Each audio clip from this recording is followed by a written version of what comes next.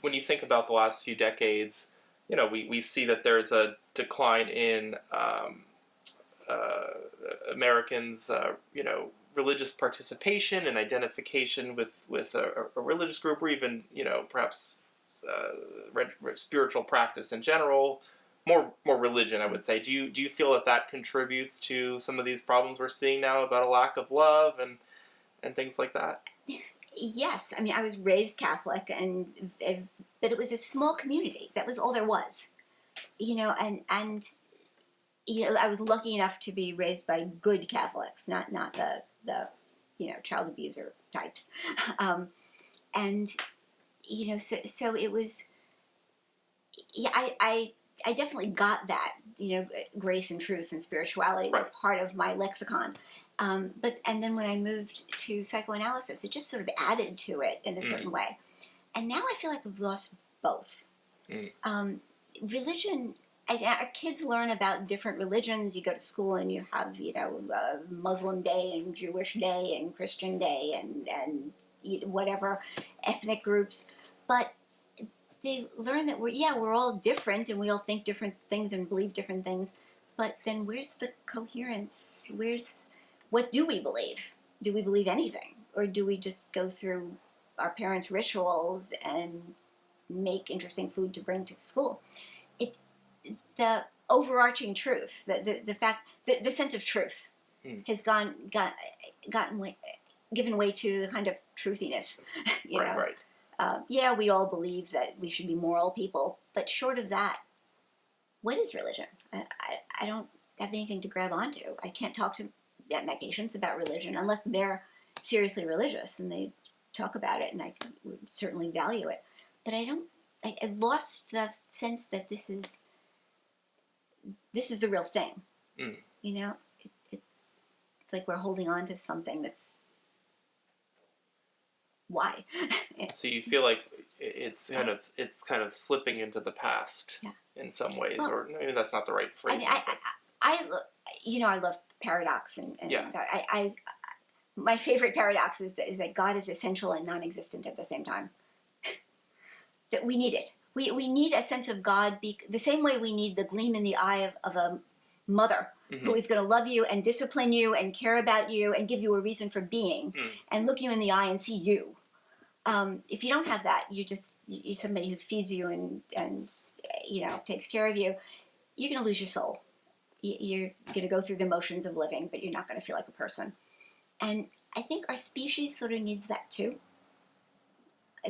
The sense that there's something greater than ourselves. There's some reason to be a good person. Yeah. But we can't see it the same way you can see your mother. Right. And so we try to picture it, but we picture our own projections of it, and it's real, but it's not real. But we need it. I don't think we could do without it. I think, I think we have innate spiritual faculties within us, and I think that, I think that it's central before we can answer some of the other questions that we have a sense of what that personal spirituality is. I think about the sort of the 8 dimensions of wellness. This was always something that was in my mental health advocacy. And, so you have like emotional, spiritual, financial, environmental, social, etc. What I believe at this point is that spiritual has to be at the center and the rest orbit around it. Can you define spiritual? Well, everybody can come up with a different definition. Everybody uses the word, and I don't have a sense that I know what it means. Well, we have to have some sort of consensus about. I think it's about the idea of submitting to something greater than ourselves. I don't think that it can be combined with religion or be separate from religion. I think that I think religion can be very valuable. Certainly, something I practice in my life. But we also can't have religion without spirituality. There has to be an energetic element to faith. Otherwise, we're just left with just rules. We can't do grace. We can't do love unless there's some deeper energetic connection behind this. Yeah. Otherwise, we have basically the following. We have, and there's a book, Philip Gorski wrote The American Covenant, and the idea is that, like America, a little off topic here, but it all connects. the idea that America was founded on a tradition of civic religion, right? So it's always been imbued into our principles as a nation. It's something that we work towards. But the extremes, we have religious nationalism on one end, right? And we have radical secularism on the other end.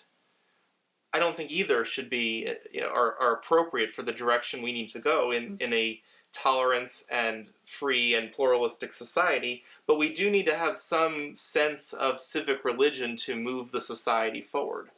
And so, what I feel is that to try to accommodate everyone, we've moved because we don't want, speaking of like various social services, public health, mental health type industries, we don't want to do religious nationalism. We're so scared of doing that we've actually veered towards radical secularism, despite the fact that this is essential to our humanity. And we are bringing children up in our systems and trying to do systemic change without any aspect of spirituality. Because we want to be on, we're so concerned about one extreme that we'll go to another extreme. We have to get back to doing this. I find that when I talk to people about it, they don't think it's as controversial. It's just, again, try saying it in a large organizational setting. It requires a lot of courage.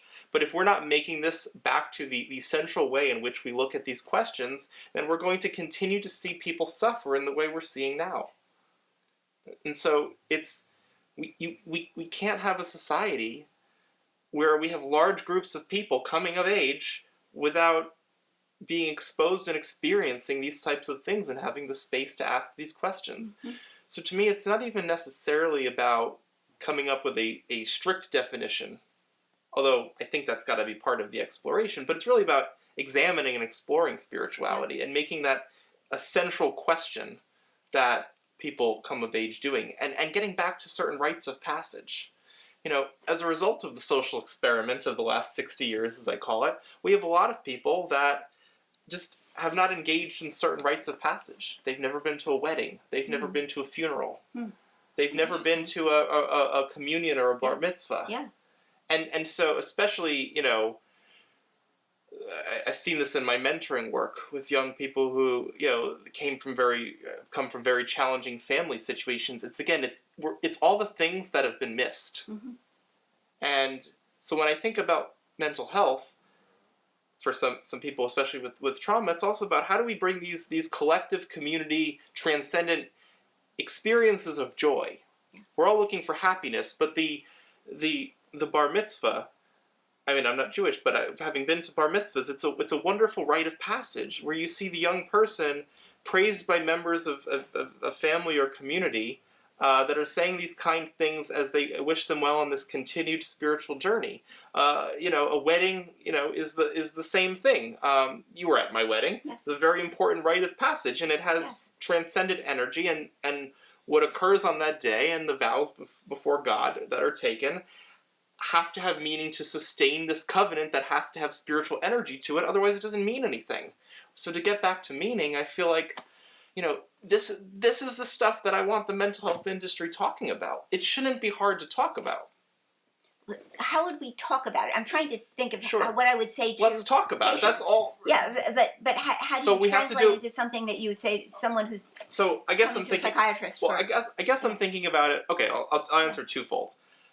I think there's the public health education side of things where we have we're trying to educate the larger public, right? That's a more macro effort. So talking about these things and how they're beneficial for well-being would, I think, be better than some of the health education we're doing now. Then there's sort of the one-to-one. How would I talk to a patient? How would I talk to someone I'm mentoring? How would I talk to a relative? How would I talk to my cousin who's lost somewhere? Like those types of things.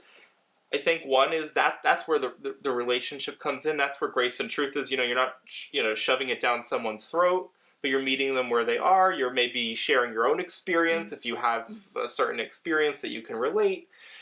not like getting up in front of a group of people and sharing our story. I'm so tired of people sharing their stories. There's a certain limitation to the benefit of that. Mm-hmm. We're just perpetuating everybody's ego.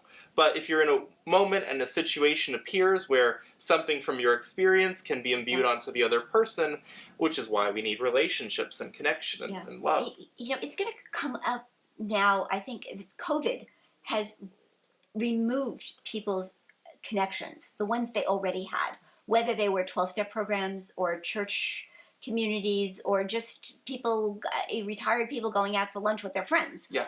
You go to a sporting match, you go to, out, they're missing that. And it's been 3 years.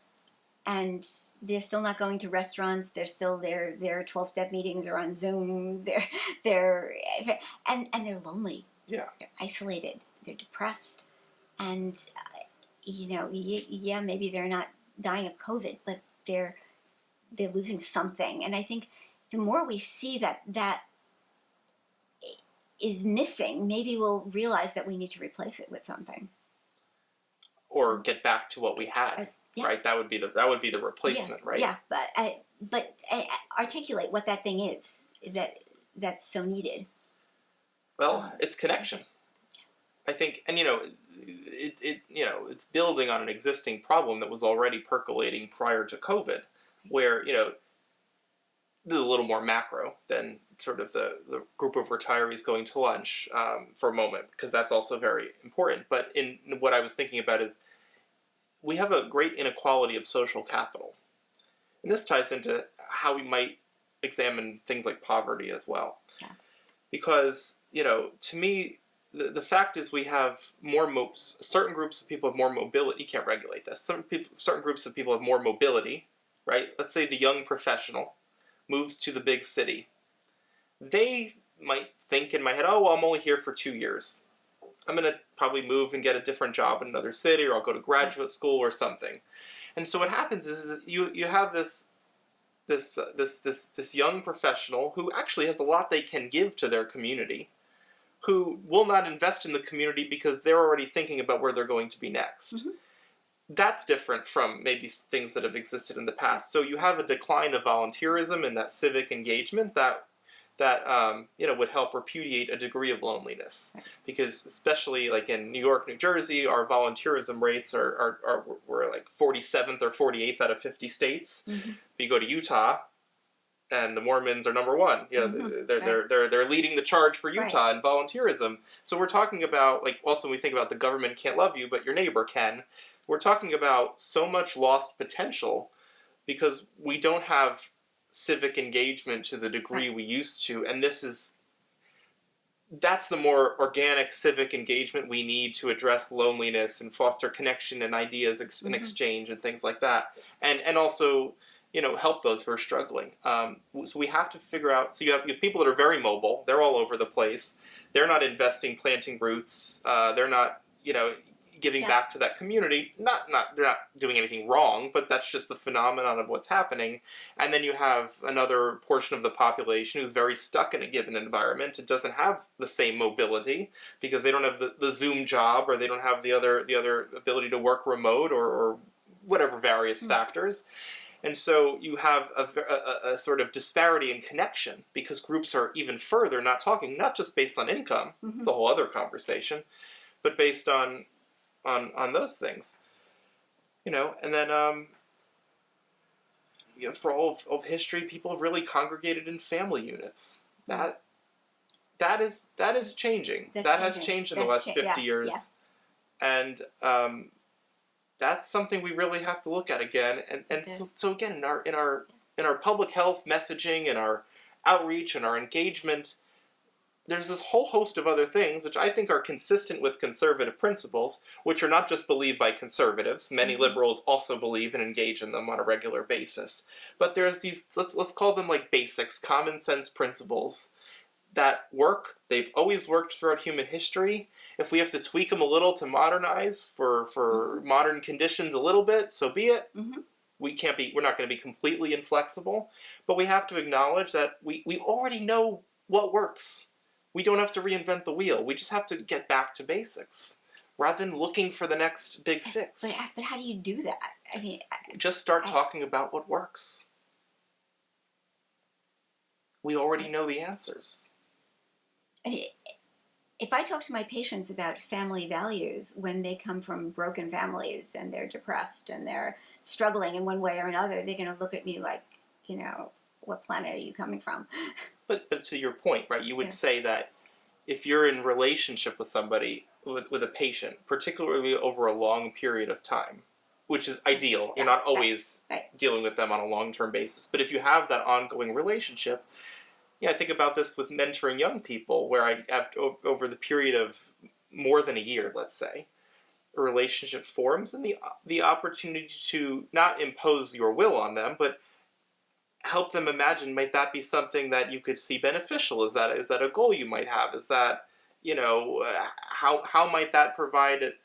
I'm not putting words in your mouth, but what might that look like, and begin to explore that possibility, given the enormous, every research study, for example, shows us that, children that come from married households often perform better than children that don't. That doesn't mean that we're going to condemn, we don't know why a single parent is a single parent. We're not going to put explanations in their mouth for them. We're not going to condemn them. But that doesn't change the truth of the fact that if we were to create an ideal circumstance, it would probably be a nuclear family, because that's always been what more or less gets you to a healthier place in the long run. So there's got to be a way of saying that without stigmatizing. We're so concerned about stigma that we won't even say that. We have to figure out how to, again, with grace and truth, do both of those things. Yeah. With true love for people. I hear you, and I think if you said it in a larger setting, a political setting, that this should be some kind of goal that we can go back to, I would be glad to reference that. But on a one-to-one, people who, are trying to find a Tinder date, or gave up on it, or, are struggling to figure out their gender and their sexuality and the traumas and abuse they've experienced in other arenas, need medication to keep their emotions under control. It feels like it doesn't quite speak to them to say, well, it would be nice if you had, a husband and 2 kids and a dog and a white picket fence. That's how it would come across. So somehow we've got to be able to bridge that, because I agree with you. Ideally, we should have those shapes, if not specific, but shapes where people care about each other. Right. So I would say we talk about, in general, publicly, right? We would talk about the fact that these shapes are beneficial, and we would want to have that conversation in a manner that doesn't stigmatize. Right. And then I just think that with the interpersonal one-on-one, it's hard to prescribe an immediate solution. It emerges in the manner that it emerges in a given conversation between those two people. Mm-hmm. It requires too much art to be able to define in a one-size-fits-all way. Yeah. But I have to believe that if we're loving people and we're speaking in grace and truth, part of that is speaking some degree of, well, if you went on 9 Tinder dates and Tinder's really not doing well for you, and it's not connecting to what your longer term goals are, maybe it's not working. Mm-hmm. Maybe we need a different approach, rather than, because what a lot of people would do is just enable the 10th Tinder date. Yeah. But if we love people, we're going to have the will to extend ourselves for their spiritual growth, and we're going to try to lovingly address that. Mm-hmm. Maybe that's not getting you to where you want to be. Yeah. And what are your goals in dating? Yeah. And it's funny when I talk to people about their Tinder dates, I'll often say, just get to know an interesting person. Just ask them who they are. But they're so set on, how do I look, and is he smart enough, hot enough, good enough, rich enough? Does he like me? These are ego struggles too. Yeah, and they're checklists on a. Yeah, but it's just get to know a person and see what happens, and they don't even quite get that.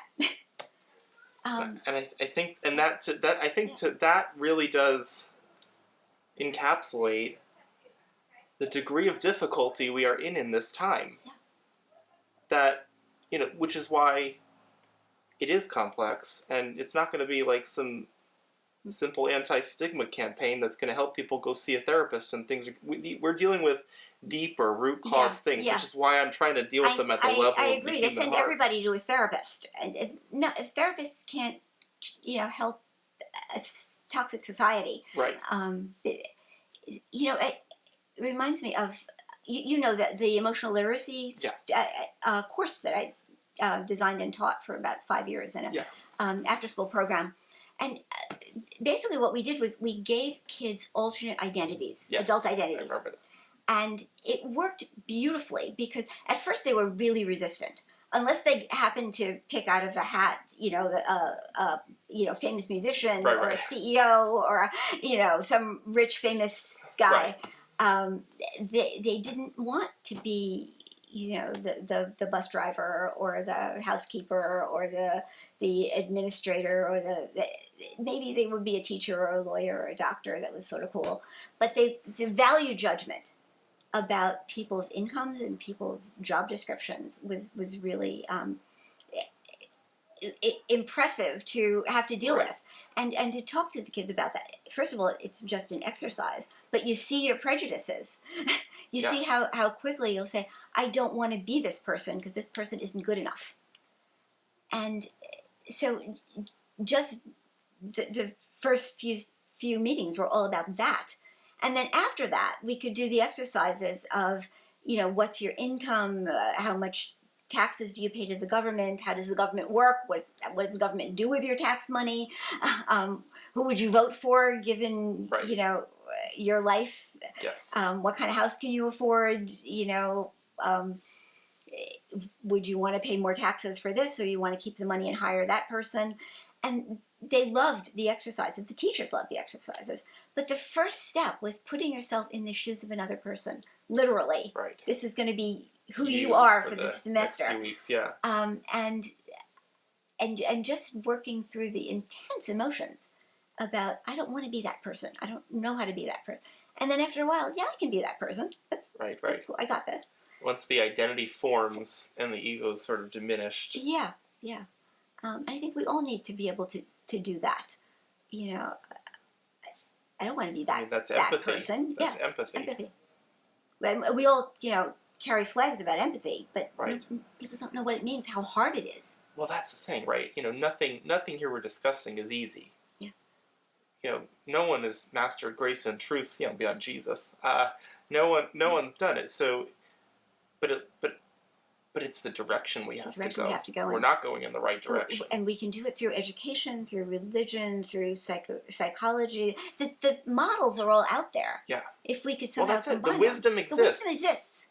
We don't need new things. That's right. I pull from, my Catholic education, my Freudian education, and people laugh at me. Like, you're still a Freudian?